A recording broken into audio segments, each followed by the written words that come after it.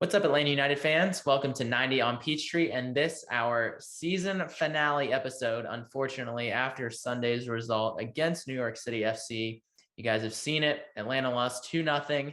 A pretty flat performance, two quick second half goals off of set pieces from NYCFC did Atlanta in. Never really could get anything going aside from just kind of an individual chance here, individual chance there. Really nothing sustained or consistent throughout the match. They were pretty bottled up by the NYCFC defense, by the small pitch at Yankee Stadium, and really was just kind of a pretty yikes performance all the way around, and a pretty disappointing performance, and even more disappointing effort, honestly, from the team. We're going to get into all that and everything that went down in New York City this week on 90 on Peachtree. And of course, for the final time this season, this video is brought to you all by Prize Picks, the simplest fantasy sports game on the market. It's simple and easy to win. Pick 2 to 5 players, and you can win up to 10 times on any entry. It's slick. It's easy to use. You can find it on the App Store, find it on Google Play. And this is the most important. Sign up using the code ASU. That's for ASU for Atlanta Sports Unlimited. Prize Picks will 100% match your initial deposit up to $100. We hope you guys can use that beyond this Atlanta United season and continue to enjoy Prize Picks and have some good luck there. So yeah, we'll start where things went wrong in New York on those set pieces. Yuck. I think everyone kind of knew coming into the game the match might kind of turn on one or two set pieces, whether a corner, a free kick, or a combination of those. And it did turn on those. And for Atlanta United, that's when they turned off. Brad Guzan said after the match, they just switched off on those two corners. Brooks Lennon said that they were asleep and that you can't be asleep for a single second in the playoffs. That is obviously stating something that is very obvious and very clear. And it's just for a team that was coming in, playing relatively well, one of the best teams in MLS from August on, for them to just have that kind of a lackadaisical, just kind of lapse in focus was pretty surprising and was disappointing. Especially knowing coming in the match how crucial set pieces were going to be. And that's what doomed Atlanta on Sunday. I mean, those two moments, that's something that can't happen at all in a playoff match, let alone twice in the same half on the road. And that's just a recipe for disaster. And credit to New York. They took advantage and they made Atlanta United pay. Like we talked about last week, there's going to be those moments, those either weird things that happen or those singular chances, and you got to put them away. And New York City did that. Atlanta made two pretty costly mental errors, and New York made them pay for both. And on the other side of that, like we said, we talked about those moments, I thought maybe there was going to be just one weird moment, a weird bounce, a weird thing where the small field comes into play.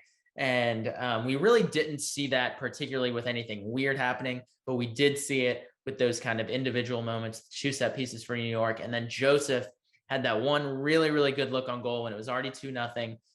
Some time had passed since the second goal. Things had settled down a little bit, and Atlanta was starting to play better.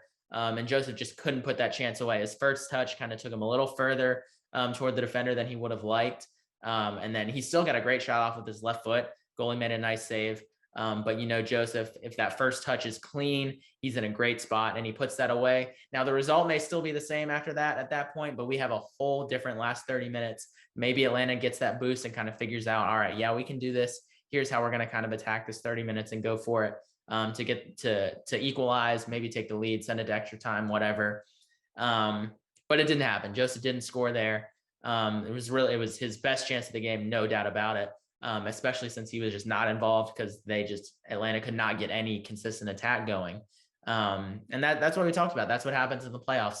Things happen quickly. There's 1, 2, 3 moments a game that define the game. And New York City took full advantage of theirs, and Atlanta, for a team that didn't get many, they had to convert the ones that they did, and they didn't do that. And what I saw on Sunday was just a team that didn't quite have the intensity necessary to get a win on the playoffs, especially on the road. It looked like Brad Guzan was really the only guy who showed up. He made some excellent saves, especially after a couple lapses on defense. But really no one else stepped up and had that game that Atlanta United needed to have from really a collection of probably 5 or 6 players to have a chance in this match. And that ultimately was the difference, is that they were flat-footed. They were not intense.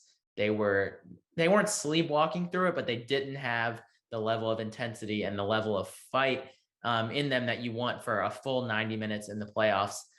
Whatever that was, I don't know. Like we've talked about, it's a team that has not collectively been in the playoffs in the MLS very much. But you could definitely see just at times it did not look like Atlanta was a team that was playing in a playoff game.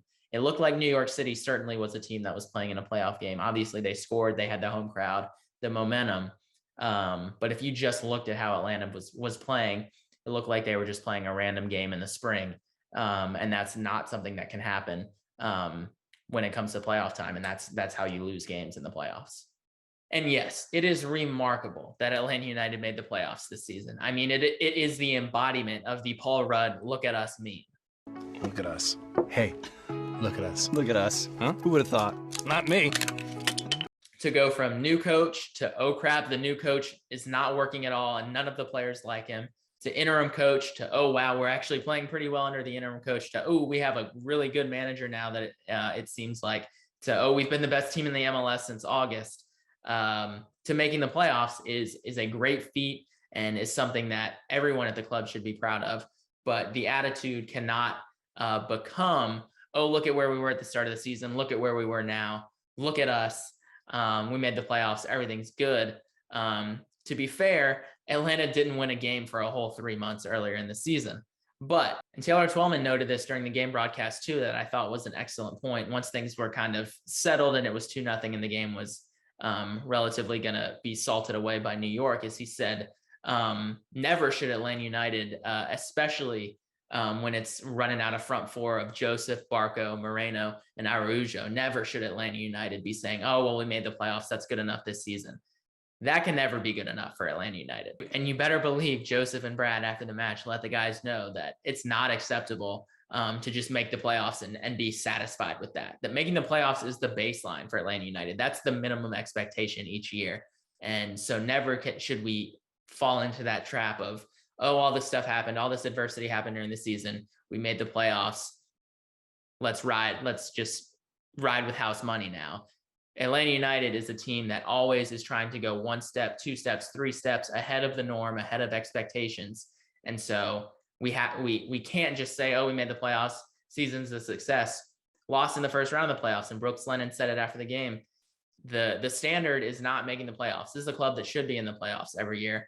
And I'm 100% on board with that. And I think from reading the quotes from Pineda, from Brooks, from Brad, and Joseph was thinking this too, is a lot of them were very disappointed that they didn't win that game. They didn't get a chance to make a run deeper into the playoffs toward MLS Cup. And that's good. And that's the attitude that you want your players and your coaches to have. And that's the attitude we as fans need to have, is yes, we can all appreciate what a great job they did with Rob Valentino and Pineda, turning everything around and making the playoffs. But we can't be satisfied with that. And we'll know we want to continue building toward better performances in the playoffs. And it's all a learning experience. And that kind of performance and effort in a playoff game that we just saw on Sunday is not going to cut it really anywhere, but especially in Atlanta with the standards being so high. And I think the team will learn from it. They certainly will. Just like the inaugural team in 2017, they learned a hard playoff lesson against Columbus that first year. Different type of game, different type of energy. Columbus really just kind of outsmarted Atlanta tactically, and just kind of, they out MLS playoffed them, if that makes any sense. Whereas on Sunday, it was just kind of one team came out flat and one team didn't. And so this group will have to do the same thing. We're not saying, obviously, they're in 2018, Atlanta went and won in the MLS Cup, but they learned from their playoff mistakes and the lessons they learned, and they went and bettered that the next year. And so that'll be the biggest challenge for Gonzalo Pineda going into next season, is how does he take, and the players too, how do they take everything that they learned on Sunday, what they all did wrong, and how do they make sure that that does not happen again, and how do they put forth a better playoff performance, hopefully next year in the playoffs, hopefully they're in the playoffs. And now looking ahead a bit to next year, the club does look like it is going back up again after these tumultuous couple of years. The roller coaster this year has been the lost season of 2020. It definitely looks like the club is back on an upward trajectory, but the roster for sure is going to look different next year. I mean, we'll definitely have Joseph back. It looks like most of that front four will be back. We'll see about Barco. We'll see about Miles. We'll see about George Bello and what the interest is from European teams or other larger teams around the world for those young players. But for the most part, this is a team that is going to come back largely intact. Hopefully we'll add some depth. Darren and Carlos can address that in the offseason as well.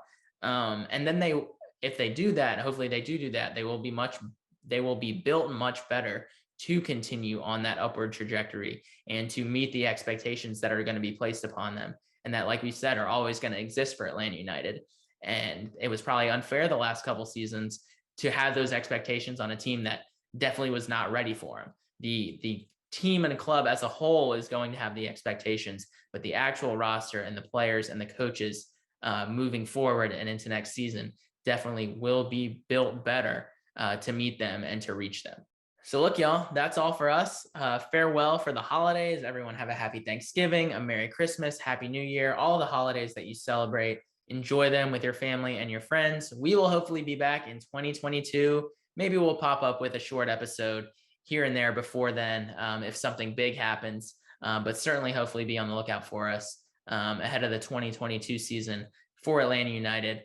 Every episode of 90 on Peachtree is on our Atlanta Sports Unlimited YouTube channel. It's on the playlist called 90 on Peachtree. Obviously, y'all, we made 25 episodes. That is a big deal.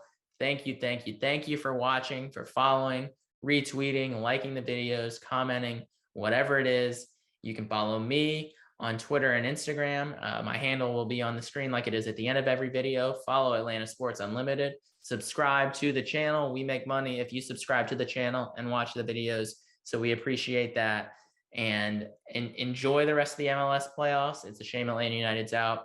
But like we said, the club's going back up and things hopefully will be good things on the horizon coming up next year in the first full year of Gonzalo Pineda at the helm, and hopefully a 100% healthy Joseph Martinez from the jump as well. Once again, I am Corey Knapp. You guys keep cruising. 90 on Peachtree.